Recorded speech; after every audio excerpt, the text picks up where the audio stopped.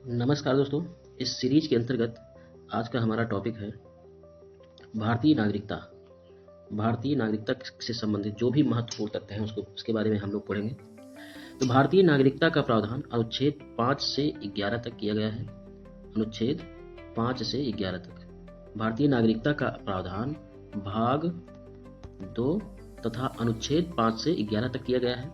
अब देखते हैं अनुच्छेद 5 में क्या है। अनुच्छेद 5 में संविधान लागू होने पर, अर्थात जब हमारा भारत का संविधान लागू हुआ था तो उस समय यानी 26 जनवरी 1950 को जब हमारा भारत का संविधान लागू हुआ था तो उस समय जो भारत में रहते थे उनसे संबंधित प्रावधान अनुच्छेद 5 में किया गया है। यदि व्यक्ति जैसे कि यदि व्यक्ति का जन्म भारत में हुआ था या उसके माता पिता भारत में जन्मे थे या वह भारत में 5 साल से रह रहा था तो वह भारत का नागरिक होगा। यह ऐसा प्रावधान अनुच्छेद 5 में किया गया है। अब देखते हैं अनुच्छेद 6 में क्या किया गया है। अनुच्छेद 6 में कहा गया है पाकिस्तान से आए प्रवासियों को नागरिकता। जो लोग पाकिस्तान से आए नागरिक को नागरिकता प्रदान किया गया है। किसके अंतर्गत? अनुच्छेद 6 के अंतर्गत। यदि 19 जुलाई 1948, कौन सा डेट है? 19 जुलाई 1948 से पहले भारत आए थे और यहाँ अस्थायी रूप से रहने लगे थे तो उनको भारतीय नागरिकता दी गई है। ऐसा अनुच्छेद 6 में किया गया है। अनुच्छेद 7 क्या कहता है? अनुच्छेद 7 कहता है कि जो लोग भारत से पाकिस्तान चले गए लेकिन बाद में वापस आकर अस्थायी रूप से भारत में फिर से बस गए। एक बार तो पाकिस्तान चले गए फिर से वापस आकर अस्थायी रूप से फिर से भारत में बस गए, उनकी नागरिकता के लिए शर्तें निर्धारित करता है। कौन सा अनुच्छेद? अनुच्छेद 7। अब है अनुच्छेद 8।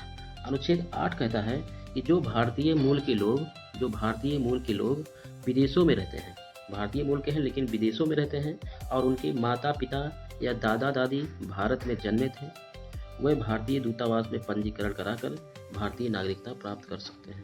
ठीक है। तो अनुच्छेद 8 में प्रावधान है विदेशों में बसे भारतीयों की नागरिकता कैसे मिलेगी कि विदेश में यदि रहते हैं और उनके दादा दादी या माता पिता भारत में जन्मे थे तो वह भारतीय दूतावास में पंजीकरण कराकर भारतीय नागरिकता प्राप्त कर सकते हैं। ठीक है। अब अनुच्छेद 9 में क्या है? अनुच्छेद 9 कहता है कि यदि कोई व्यक्ति अनुच्छेद 9 क्या कहता है? यदि कोई व्यक्ति स्वेच्छा से किसी अन्य देश की नागरिकता लेता है तो वह भारतीय नागरिक नहीं होगा, यानी कि दोहरी नागरिकता की मनाही है। ठीक है। अनुच्छेद 9 में कहा गया है कि दोहरी नागरिकता की मनाही है। यदि कोई व्यक्ति स्वेच्छा से किसी अन्य देश की नागरिकता लेता है तो वह भारतीय नागरिक नहीं रहेगा, यानी दोहरी नागरिकता उसकी मान्य नहीं होगी। तो ऐसा अनुच्छेद 9 में कहा गया है। ठीक है। अनुच्छेद 10 क्या कहता है कि नागरिकता जारी रखने का अधिकार। ठीक है। यानी कि भारतीय नागरिकता प्राप्त करने वाले व्यक्ति को तब तक यह अधिकार प्राप्त रहेगा, भारतीय नागरिकता प्राप्त करने वाले व्यक्ति को तब तक यह अधिकार प्राप्त रहेगा जब तक संसद द्वारा कोई नया कानून नहीं बनाया जाता। ठीक है। जब तक संसद के द्वारा कोई नया कानून नहीं बनाया जाता। ठीक है। अनुच्छेद 11 क्या कहता है? अनुच्छेद 11 कहता है कि संसद को नागरिकता कानून बनाने की शक्ति है।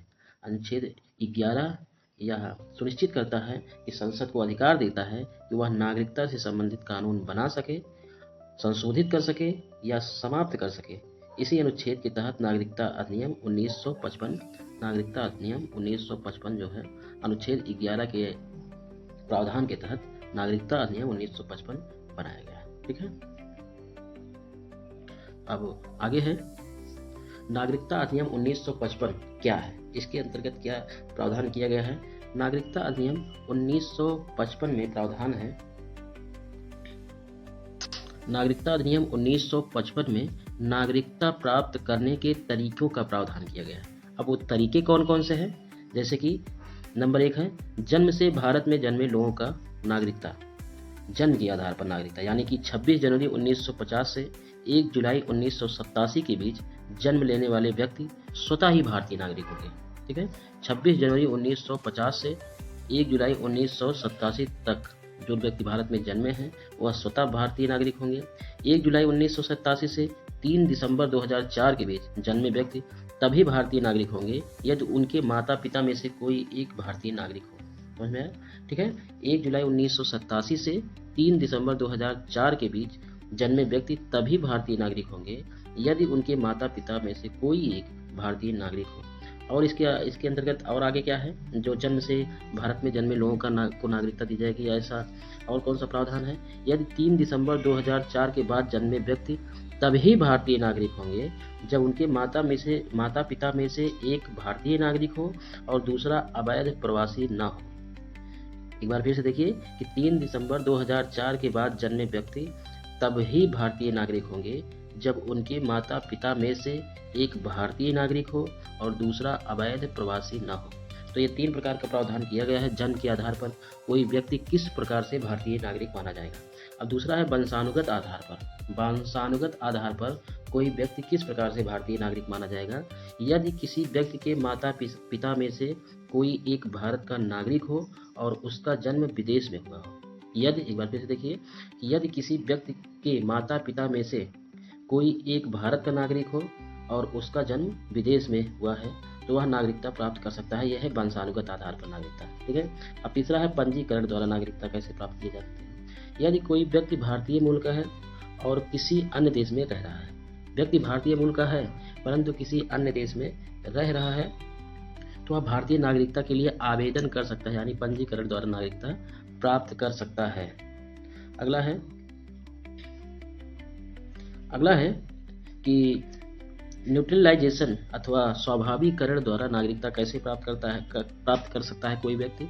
यदि कोई विदेशी नागरिक जो भारत में 12 वर्षों से विदेशी नागरिक है जो भारत में 12 वर्षों तक रह चुका हो और भारतीय संस्कृति को अपनाया हो तो वह भारतीय नागरिकता प्राप्त कर सकता है। एक ये भी प्रावधान है जिससे कि कोई व्यक्ति भारतीय नागरिकता प्राप्त कर सकता है। ठीक है। अब अगला है भारतीय क्षेत्र में विलय। भारतीय क्षेत्रीय विलय के द्वारा कैसे नागरिकता प्राप्त कर सकते हैं। यदि भारत में कोई नया क्षेत्र जुड़ता है तो उस क्षेत्र के निवासी भारतीय नागरिक बन सकते हैं। तो ये प्रमुख प्रावधान किए गए थे भारतीय नागरिकता अधिनियम 1955 के तहत कि कौन सा व्यक्ति किस प्रकार से भारतीय नागरिक माना जाएगा। अब आगे देखते हैं कि नागरिकता समाप्त होने के तरीके क्या क्या है। नागरिकता किस प्रकार से समाप्त हो सकती है ये देखना है। यदि कोई व्यक्ति खुद से नागरिकता छोड़ देता है, यानी स्वेच्छा से छोड़ देता है, तो उसकी नागरिकता समाप्त हो जाएगी।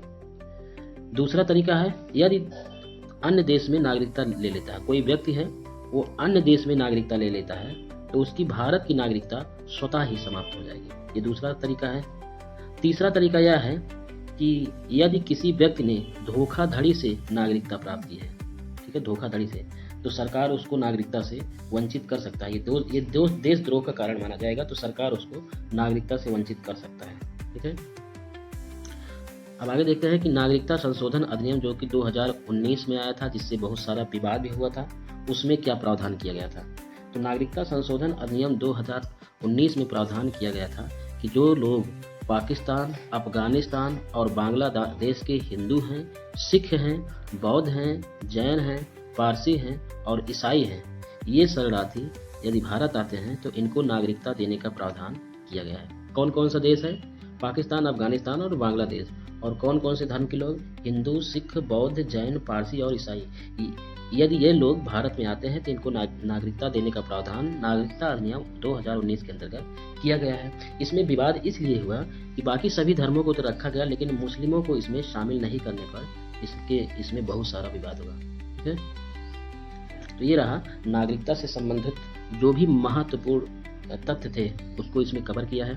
तो अब मिलते हैं अगले